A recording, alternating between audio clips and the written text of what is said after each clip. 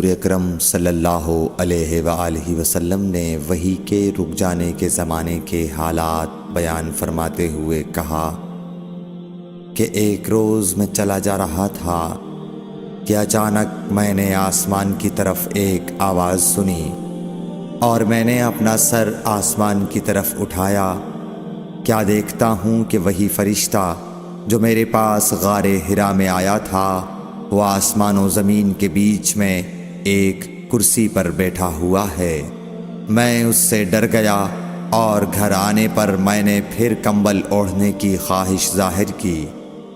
اس وقت اللہ پاک کی طرف سے یہ آیات نازل ہوئیں، اے لحاف اوڑھ کر لیٹنے والے، اٹھ کھڑا ہو اور لوگوں کو عذاب الہی سے ڈرا، اور اپنے رب کی بڑائی بیان کر، اور اپنے کپڑوں کو پاک صاف رکھ اور گندگی سے دور رہ۔ اس کے بعد وہی تیزی کے ساتھ پے در پے آنے لگی۔ صحیح بخاری حدیث نمبر 4۔ رسول اللہ صلی اللہ علیہ وآلہ وسلم نزول قرآن کے وقت بہت سختی محسوس فرمایا کرتے تھے، اور اس کی علامتوں میں سے ایک یہ تھی کہ یاد کرنے کے لیے آپ اپنے ہونٹوں کو ہلاتے تھے۔ ابن عباس رضی اللہ تعالیٰ عنہ نے کہا، میں اپنے ہونٹوں کو ہلاتا ہوں جس طرح آپ ہلاتے تھے۔ سعید کہتے ہیں، میں بھی اپنے ہونٹ ہلاتا ہوں جس طرح ابن عباس رضی اللہ تعالیٰ عنہ کو میں نے ہلاتے دیکھا۔ پھر انہوں نے اپنے ہونٹ ہلائے۔ ابن عباس رضی اللہ تعالیٰ عنہ نے کہا، پھر یہ آیت اتری کہ اے محمد، قرآن کو جلد جلد یاد کرنے کے لیے اپنی زبان نہ ہلاؤ، اس کا جمع کر دینا اور پڑھا دینا ہمارا ذمہ ہے۔ حضرت ابن عباس رضی اللہ تعالی عنہ کہتے ہیں، یعنی قرآن آپ صلی اللہ علیہ وآلہ وسلم کے دل میں جمع دینا اور پڑھا دینا ہمارے ذمہ ہے۔ پھر جب ہم پڑھ چکے تو اس پڑھے ہوئے کی اتباع کرو۔ ابن عباس رضی اللہ تعالی عنہ فرماتے ہیں، اس کا مطلب یہ ہے آپ اس کو خاموشی کے ساتھ سنتے رہو، اس کے بعد مطلب سمجھا دینا ہمارے ذمہ ہے۔ پھر یقیناً یہ ہماری ذمہ داری ہے کہ آپ اس کو پڑھو، یعنی اس کو محفوظ کر سکو۔ چنانچہ اس کے بعد جب آپ کے پاس حضرت جبرائیل علیہ السلام وحی لے کر آتے تو آپ توجہ سے سنتے۔ جب وہ چلے جاتے تو رسول اللہ صلی اللہ علیہ وسلم اس وحی کو اس طرح پڑھتے جس طرح حضرت جبرائیل علیہ السلام نے اسے پڑھا تھا۔ صحیح بخاری حدیث نمبر 5۔ رسول اللہ صلی اللہ علیہ وآلہ وسلم سب لوگوں سے زیادہ جواد سخی تھے، اور رمضان میں دوسرے اوقات کے مقابلے میں جب جبرائیل علیہ السلام آپ صلی اللہ علیہ وآلہ وسلم سے ملتے بہت ہی زیادہ جود و کرم فرماتے۔ جبرائیل علیہ السلام رمضان کی ہر رات میں آپ صلی اللہ علیہ وآلہ وسلم سے ملاقات کرتے اور آپ کے ساتھ قرآن کا دورہ کرتے۔ غرض حضرت صلی اللہ علیہ وآلہ وسلم لوگوں کو بھلائی پہنچانے میں بارش لانے والی ہوا سے بھی زیادہ جود و کرم فرمایا کرتے تھے۔ صحیح بخاری حدیث نمبر 6۔ ہرقل شاہ روم نے قریش کے قافلے میں ایک آدمی بلانے کو بھیجا، اور اس وقت یہ لوگ تجارت کے لیے ملک شام گئے ہوئے تھے، اور یہ وہ زمانہ تھا جب رسول اللہ صلی اللہ علیہ وسلم نے قریش اور ابو سفیان سے ایک وقتی عہد کیا ہوا تھا۔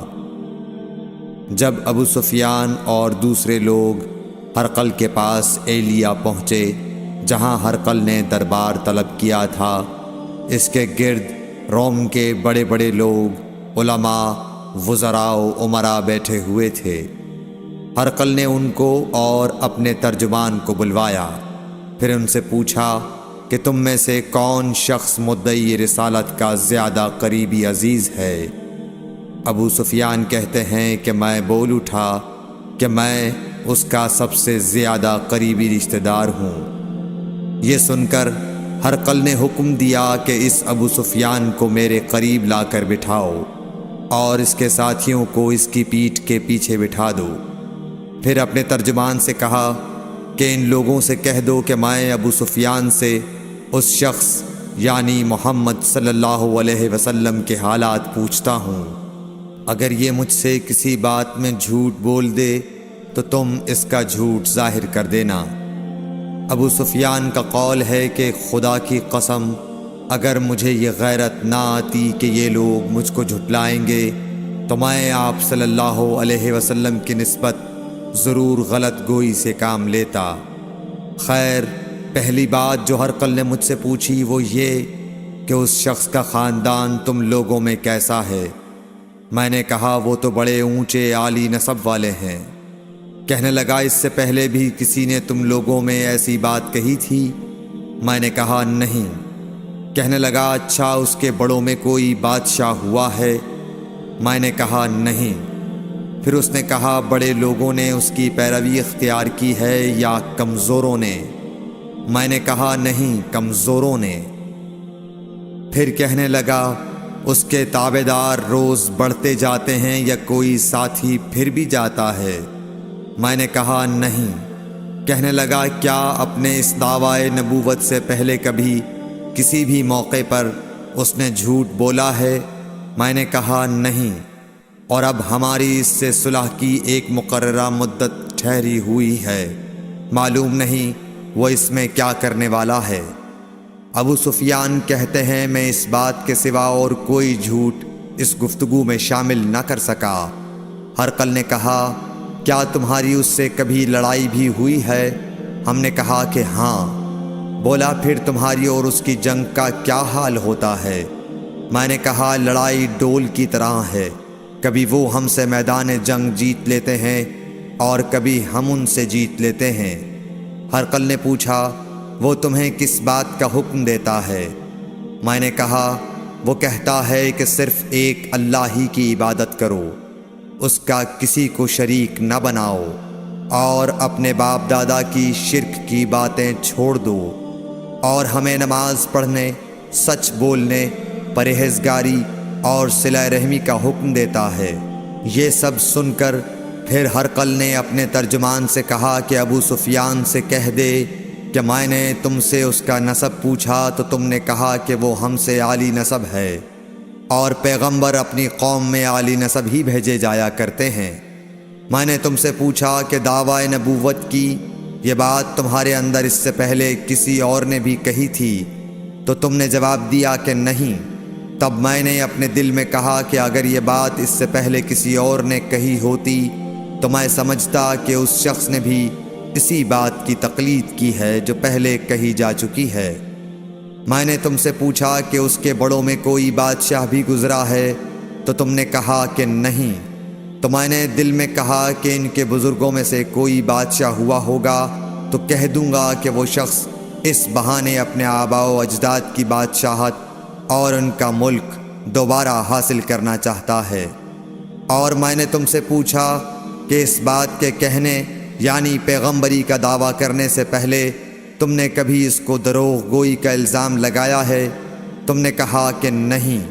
تو میں نے سمجھ لیا کہ جو شخص آدمیوں کے ساتھ دروغ گوئی سے بچے وہ اللہ کے بارے میں کیسے جھوٹی بات کہہ سکتا ہے۔ اور میں نے تم سے پوچھا کہ بڑے لوگ اس کے پیرو ہوتے ہیں یا کمزور آدمی؟ تم نے کہا کمزوروں نے اس کی اتباع کی ہے۔ تو دراصل یہی لوگ پیغمبروں کے متبعین ہوتے ہیں۔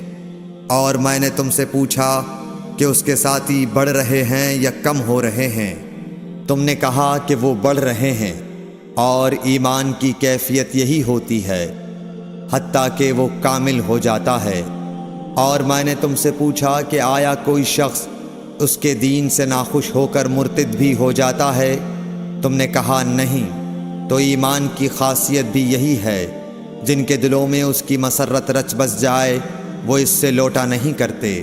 اور میں نے تم سے پوچھا کہ آیا وہ کبھی عہد شکنی کرتے ہیں؟ تم نے کہا نہیں۔ پیغمبروں کا یہی حال ہوتا ہے، وہ عہد کی خلاف ورزی نہیں کرتے، اور میں نے تم سے کہا کہ وہ تم سے کس چیز کے لیے کہتے ہیں؟ تم نے کہا کہ وہ ہمیں حکم دیتے ہیں کہ اللہ کی عبادت کرو، اس کے ساتھ کسی کو شریک نہ ٹھہراؤ، اور تمہیں بتوں کی پرستش سے روکتے ہیں، سچ بولنے اور پرہیزگاری کا حکم دیتے ہیں۔ لہٰذا اگر یہ باتیں جو تم کہہ رہے ہو سچ ہیں تو ان قریب وہ اس جگہ کا مالک ہو جائے گا کہ جہاں میرے یہ دونوں پاؤں ہیں۔ مجھے معلوم تھا کہ وہ پیغمبر آنے والا ہے، مگر مجھے یہ معلوم نہیں تھا کہ وہ تمہارے اندر ہوگا۔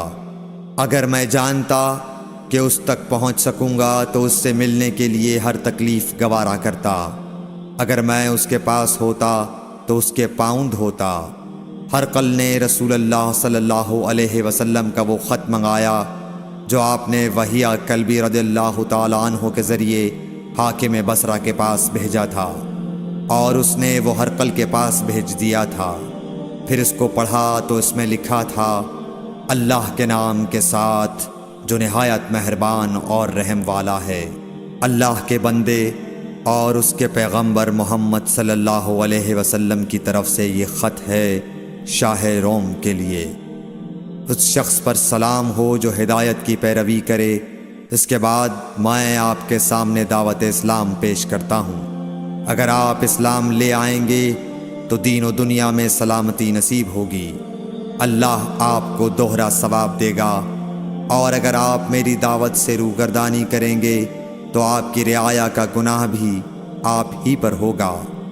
اور اے اہل کتاب، ایک ایسی بات پر آ جاؤ جو ہمارے اور تمہارے درمیان یکساں ہے، وہ یہ کہ ہم اللہ کے سوا کسی کی عبادت نہ کریں اور کسی کو اس کا شریک نہ ٹھہرائیں، اور نہ ہم میں سے کوئی کسی کو خدا کے سوا اپنا رب بنائے۔ پھر اگر وہ اہل کتاب اس کتاب سے منہ پھیر لیں تو مسلمانوں، تم ان سے کہہ دو کہ تم مانو یا نہ مانو، ہم ایک خدا کے اطاعت گزار ہیں۔ ابو سفیان کہتے ہیں، جب ہرقل نے جو کچھ کہنا تھا کہہ دیا اور خط پڑھ کر فارغ ہوا تو اس کے ارد گرد بہت شور و غوغا ہوا، بہت سی آوازیں اٹھیں اور ہمیں باہر نکال دیا گیا۔ تب میں نے اپنے ساتھیوں سے کہا کہ ابو کبشہ کے بیٹے حضرت صلی اللہ علیہ وسلم کا معاملہ تو بہت بڑھ گیا۔ دیکھو تو اس سے بنی اصفر روم کا بادشاہ بھی ڈرتا ہے۔ مجھے اس وقت سے اس بات کا یقین ہو گیا کہ حضور صلی اللہ علیہ وسلم ان قریب غالب ہو کر رہیں گے، حتیٰ کہ اللہ نے مجھے مسلمان کر دیا۔ راوی کا بیان ہے کہ ابن ناطور ایلیا کا حاکم ہرقل کا مصاحب اور شام کے نصارہ کا لاٹ پادری بیان کرتا تھا کہ ہرقل جب ایلیا آیا ایک دن صبح کو پریشان اٹھا تو اس کے درباریوں نے دریافت کیا کہ آج ہم آپ کی حالت بدلی ہوئی پاتے ہیں، کیا وجہ ہے؟ ابن ناطور کا بیان ہے کہ ہرقل نجومی تھا، علم نجوم میں وہ پوری مہارت رکھتا تھا۔ اس نے اپنے ہم نشینوں کو بتایا کہ میں نے آج رات ستاروں پر نظر ڈالی تو دیکھا کہ ختنہ کرنے والوں کا بادشاہ ہمارے ملک پر غالب آ گیا ہے۔ بھلا اس زمانے میں کون لوگ ختنہ کرتے ہیں؟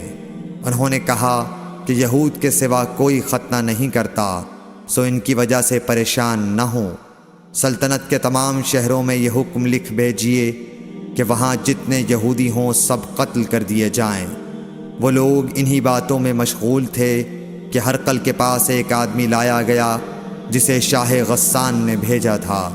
اس نے رسول اللہ صلی اللہ علیہ وسلم کے حالات بیان کیے۔ جب ہرقل نے سارے حالات سن لیے تو کہا کہ جا کر دیکھو وہ ختنہ کیے ہوئے ہے یا نہیں۔ انہوں نے اسے دیکھا تو بتلایا کہ وہ ختنہ کیا ہوا ہے۔ ہرقل نے جب اس شخص سے عرب کے بارے میں پوچھا تو اس نے بتلایا کہ وہ ختنہ کرتے ہیں۔ تب ہرقل نے کہا کہ یہی محمد صلی اللہ علیہ وسلم اس امت کے بادشاہ ہیں جو پیدا ہو چکے ہیں۔ پھر اس نے اپنے ایک دوست کو رومیہ خط لکھا، اور وہ بھی علم نجوم میں ہرقل کی طرح ماہر تھا۔ پھر وہاں سے ہرقل حمص چلا گیا۔ ابھی حمص سے نکلا نہیں تھا کہ اس کے دوست کا خط اس کے جواب میں آ گیا۔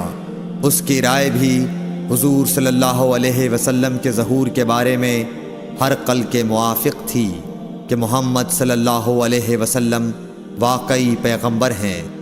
اس کے بعد ہرقل نے روم کے بڑے آدمیوں کو اپنے حمص کے محل میں طلب کیا اور اس کے حکم سے محل کے دروازے بند کر لیے گئے۔ پھر وہ اپنے خاص محل سے باہر آیا اور کہا، اے روم والو، کیا ہدایت اور کامیابی میں کچھ حصہ تمہارے لیے بھی ہے؟ اگر تم اپنی سلطنت کی بقا چاہتے ہو تو پھر اس نبی صلی اللہ علیہ وسلم کی بیعت کر لو اور مسلمان ہو جاؤ۔ یہ سننا تھا کہ پھر لوگ وحشی گدھوں کی طرح دروازوں کی طرف دوڑے، مگر انہیں بند پایا۔ آخر جب ہرقل نے اس بات سے ان کی یہ نفرت دیکھی اور ان کے ایمان لانے سے مایوس ہو گیا تو کہنے لگا کہ ان لوگوں کو میرے پاس لاؤ۔ جب وہ دوبارہ آئے تو اس نے کہا، میں نے جو بات کہی تھی اس سے تمہاری دینی پختگی کی آزمائش مقصود تھی، سو وہ میں نے دیکھ لی۔ تب یہ بات سن کر وہ سب کے سب اس کے سامنے سجدے میں گر پڑے اور اس سے خوش ہو گئے۔ بالآخر ہرقل کی آخری حالت یہی رہی۔ صحیح بخاری حدیث نمبر 7۔